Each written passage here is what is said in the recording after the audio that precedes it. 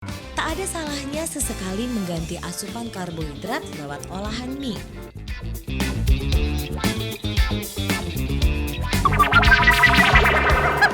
Ya, tahu tahu.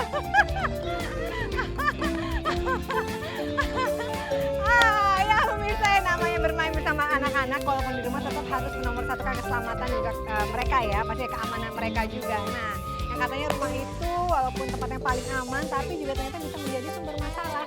Nah, Buah Hati punya tipsnya kali ini untuk pemirsa. Ini dia tipsnya dan kita masih mau terus main bola lagi. Yuk, ayo lagi.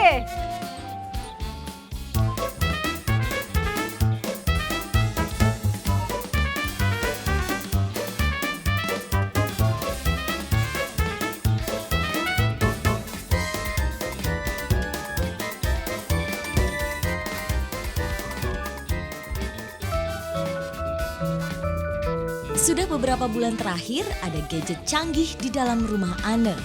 Ya, ibu muda ini sengaja memasang kamera CCTV alias kamera pemantau. Beberapa kamera ia pasang di tempat anak-anaknya biasa beraktivitas. Satu di ruang keluarga dan lainnya di kamar tidur sang anak.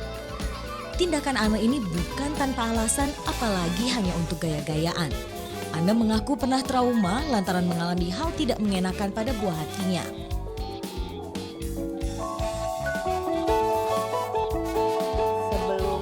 Pasang CCTV itu sudah pernah kejadian sendiri sama saya sendiri gitu. Kejadiannya tuh ada salah satu suster dari anak kembar saya itu. Kebetulan saya lagi nggak di rumah dan setiap anak saya nggak mau makan dicubit gitu. Terus dibentak-bentak gitu. Dan saya tahunya tuh setelah beberapa bulan. Ya setelah pengalaman itu akhirnya saya dan suami saya berpikir ya udahlah lebih baik pasang CCTV gitu karena kan juga saya nggak selalu di rumah nggak 24 jam terus sama anak-anak.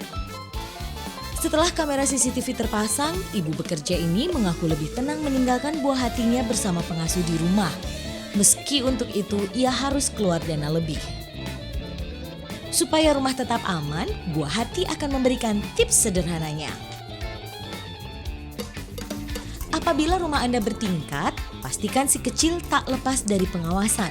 Apalagi jika mereka sedang senang-senangnya merangkak atau berjalan. Pasang pagar atau penghalang tangga. Jika pagar plastik ini tidak terjangkau harganya, buat sendiri menggunakan papan triplex dan kunci slot. Satu hal lain yang juga wajib diperhatikan adalah sumber listrik dari stop kontak.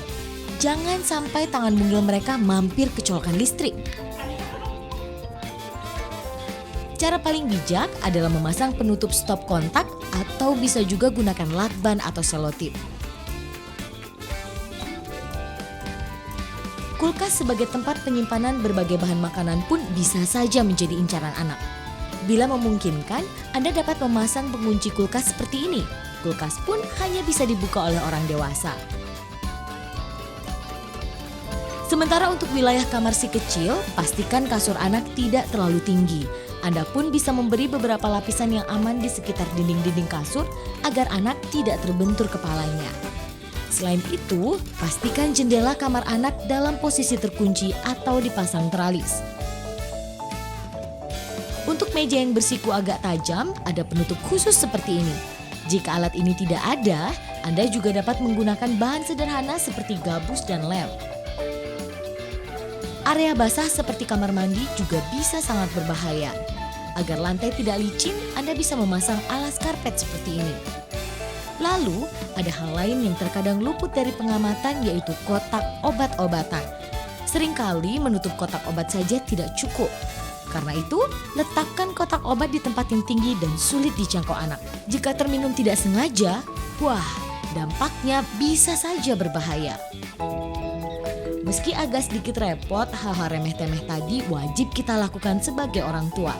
Si kecil kan punya hak untuk tinggal di rumah yang tak hanya nyaman, tapi juga aman bagi keselamatannya.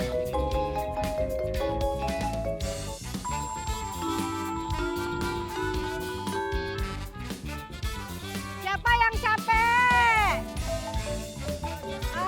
Siapa mau mie goreng? Maunya haus ya, Abi nggak apa-apa nih ada mie goreng nih. Abi kan suka mie goreng. Nah, pakai ini dong, pakai ini. Mau telurnya dulu ya. Rika mau. Oke. Nah, yang ini pasti lezat banget nih pemirsa. Dan Buah Hati juga punya satu resep yang sangat luar biasa tuh, mie goreng seafood. Penasaran? Ini dia.